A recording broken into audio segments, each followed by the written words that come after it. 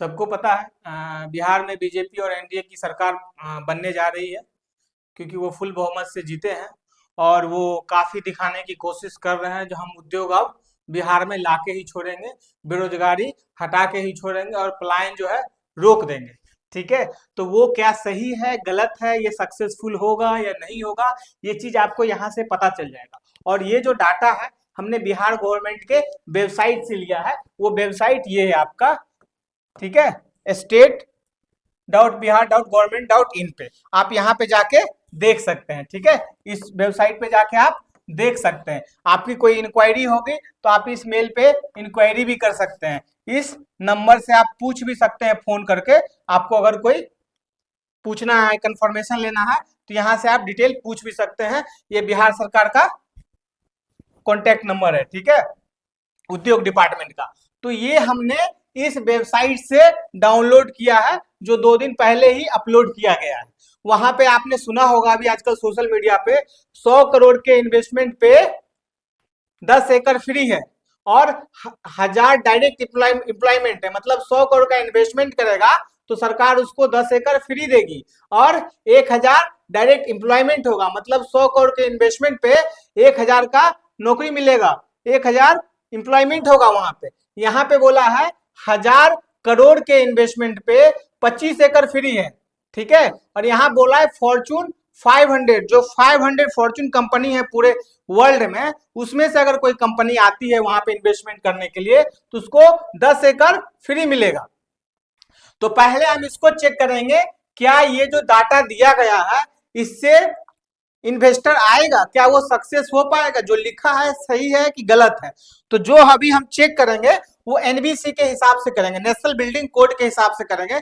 उसमें वो डाटा दिया रहता है जो एक बंदे पे कितना स्क्वायर मीटर कंसीडर करना है। ठीक है, तो मान लीजिए ये 100 करोड़ के इन्वेस्टमेंट पे 10 एकड़ का जो है फ्री लैंड मिल रहा है। ठीक है, आप देखिए 10 एकड़ है, 10 एकड़ बराबर होता है 16 बीघा।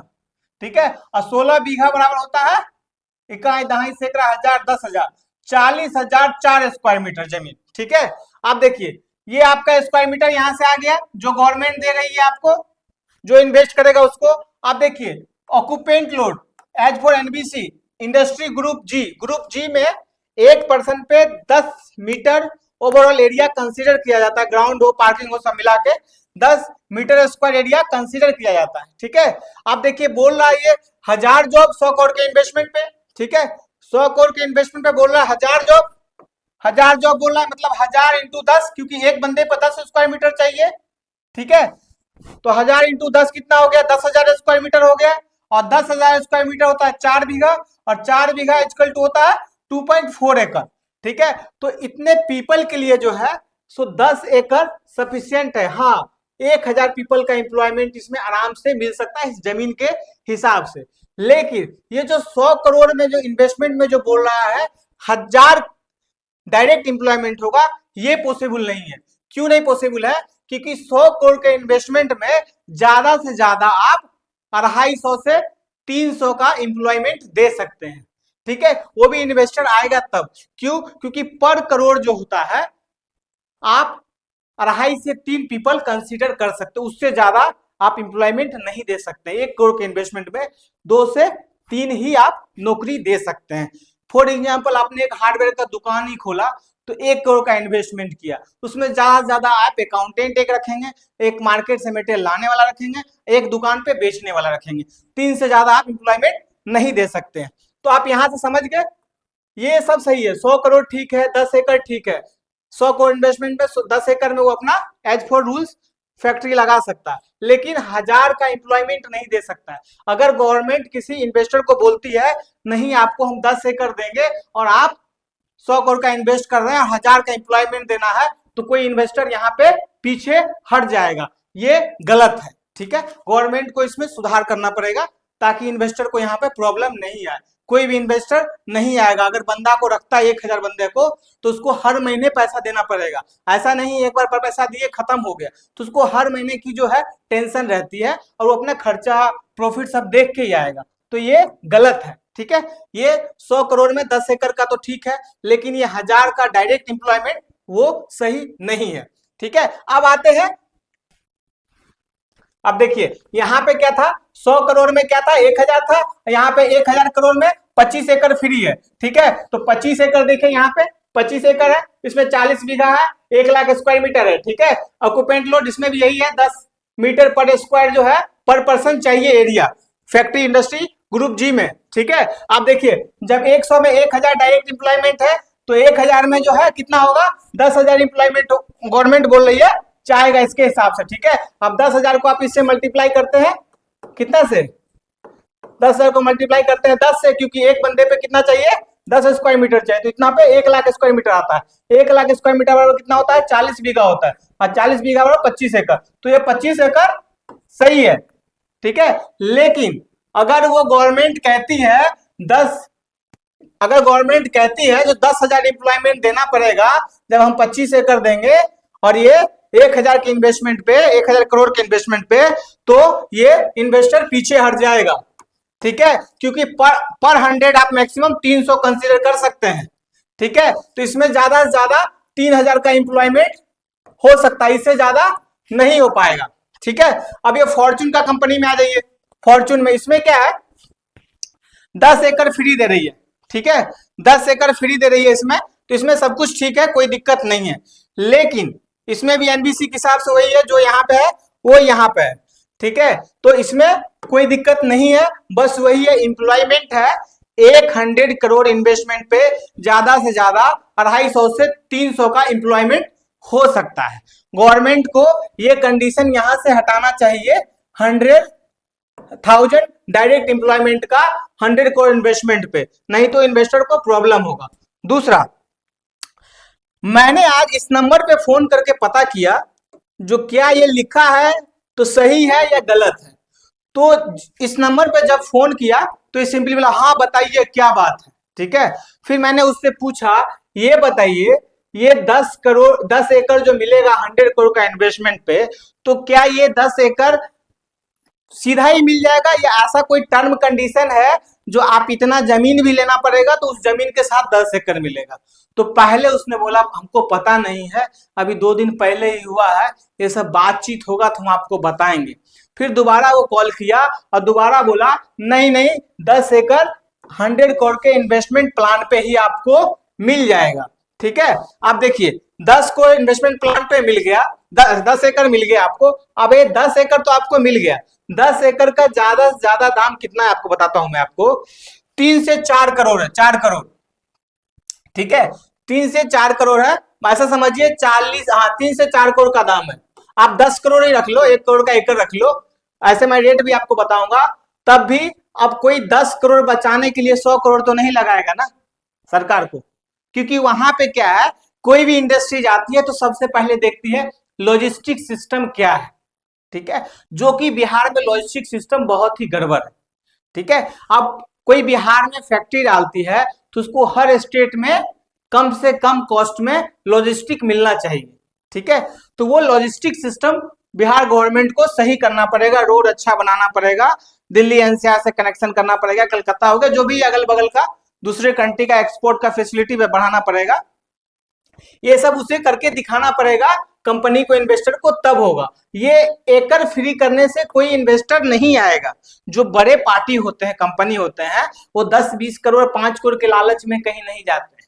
ठीक है, उसको पता है वो महंगा भी मिलेगा, अगर लॉन्ग टर्म अगर सस्ता है फैसिलिटी तो वहां जाएंगे, वहां नहीं जाते हैं जहां पे शॉर्ट टर्म में सुविधा मिलता है। तो ऐसे ऑफर में नहीं मिलेगा। जैसे कि मान लीजिए 10 एकड़ से आप ज्यादा जमीन ले रहे हैं, ठीक है, तो आपको 1 रुपया दे के बुकिंग करवाना है। ठीक है, बाकी आपको बीदा को बाद में देना है। ये बिहार इंडस्ट्रियल, ठीक है, एरिया डेवलपमेंट अथॉरिटी है बीडा का मतलब। ठीक है, आपको इसी से कॉन्टेक्ट करना पड़ेगा, यही आपको देगा। अगर कुछ ज्यादा जानकारी लेना है तो इससे भी आप ले सकते हैं। उसके बाद बिहार गवर्नमेंट जो है इंटरेस्ट पे जो है अनुदान भी देगी 40 करोड़ तक का। ठीक है, मैक्सिमम अप टू 40 करोड़ तक का। ठीक है, और SGST भी कैशबैक करेगी। ठीक है, अप टू 100%।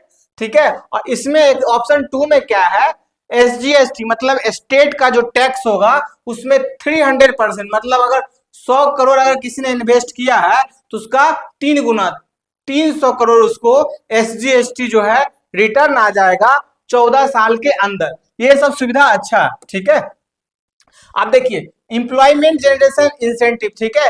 अब जो टेक्सटाइल यूनिट होगी उसमें जो एम्प्लॉयमेंट का ईएसआई पीएफ जाएगा उसमें 5,000 उसमें भी इंसेंटिव मिलेगा कंपनी को, ठीक है। उसके बाद जो अदर है उसमें 2,000 पर मंथ मिलेगा ईएसआई पीएफ में। एक्सपोर्ट इंसेंटिव, अगर एक्सपोर्ट कर रहा है दूसरे देश भेज रहा है तो 14 साल तक जो है 40 लाख पर साल जो है जो टैक्स देगा एक्सपोर्ट में उसमें उसको बेनिफिट मिलेगा, ठीक है। स्किल डेवलपमेंट कर रहा है, अगर फैक्ट्री है कुछ इंप्लॉय का स्किल डेवलप कर रहा है तो उसके लिए 20,000 पर वर्कर मिलेगा, ठीक है। इन्वायरमेंटल प्रोटेक्शन इंसेंटिव, इन्वायरमेंट के लिए कुछ कर रहा है, एसटीपी ईटीपी ये सब लगा रहा है तो उसका जो कॉस्ट होगा उसका 25% उसको रिम्बर्समेंट मिल जाएगा, रिटर्न मिल जाएगा, ठीक है।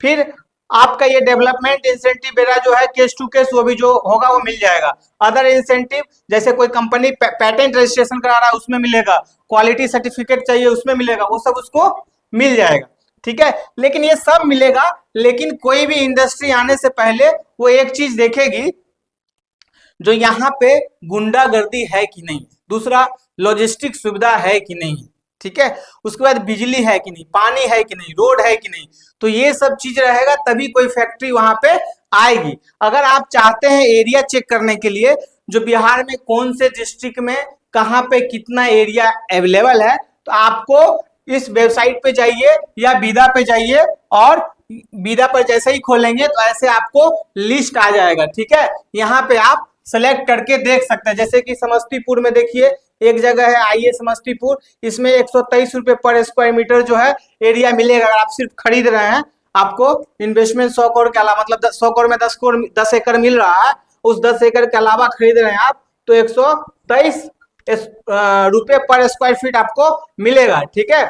और यहाँ पे आप मैप में एरिया लोकेशन भी देख सकते हैं और यहाँ पे आप ये भी देख सकते हैं कितना स्क्वायर मीटर एरिया अवेलेबल है, कहाँ कहाँ पे प्लॉट अवेलेबल है।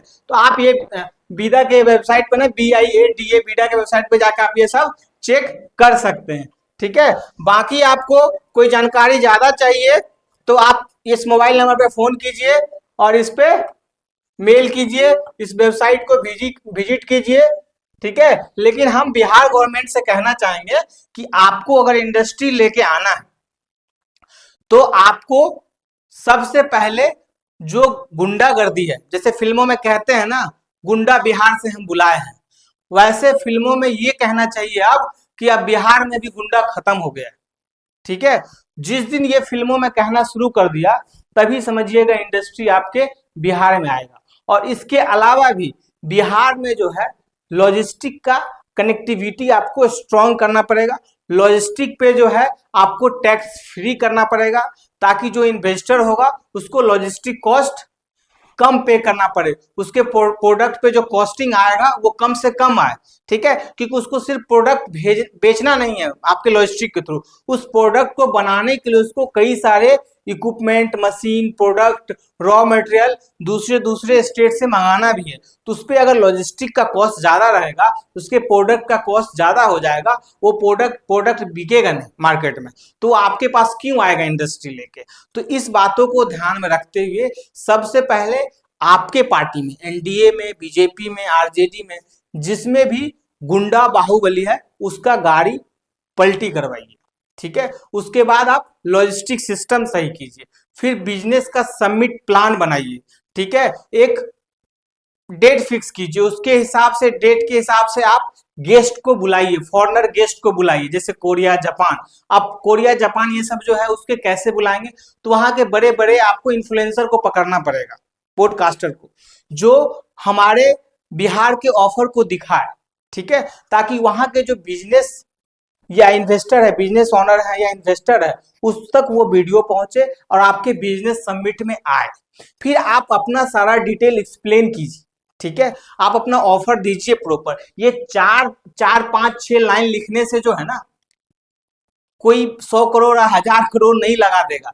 सबको पता है आप मूर्ख हैं, आप ज्यादा पढ़े लिखे नहीं हैं, नेता बन गए बाहुबली के हिसाब से गुंडे के हिसाब से, लेकिन ये लोग तभी आपके बिहार में आएंगे जब आप एजुकेशन लेवल पे जाके सोचेंगे और इनको समझाएंगे। अभी आपको बता दें कि चाइना में जितने फैक्ट्री थे, जैसे आप ऑफर दे रहे हैं, इससे अच्छा ऑफर 20-25 साल पहले चाइना में दिए गए थे और अलग अलग कंट्री से लोग आके वहां पे बड़े बड़े फैक्ट्री डाले थे, सैमसंग का, एलजी का, एप्पल का। आप एप्पल का जो मोबाइल यूज करते हैं उसमें भी देखिएगा लिखा रहेगा चार्जर वगैरह के पीछे मेड इन चाइना।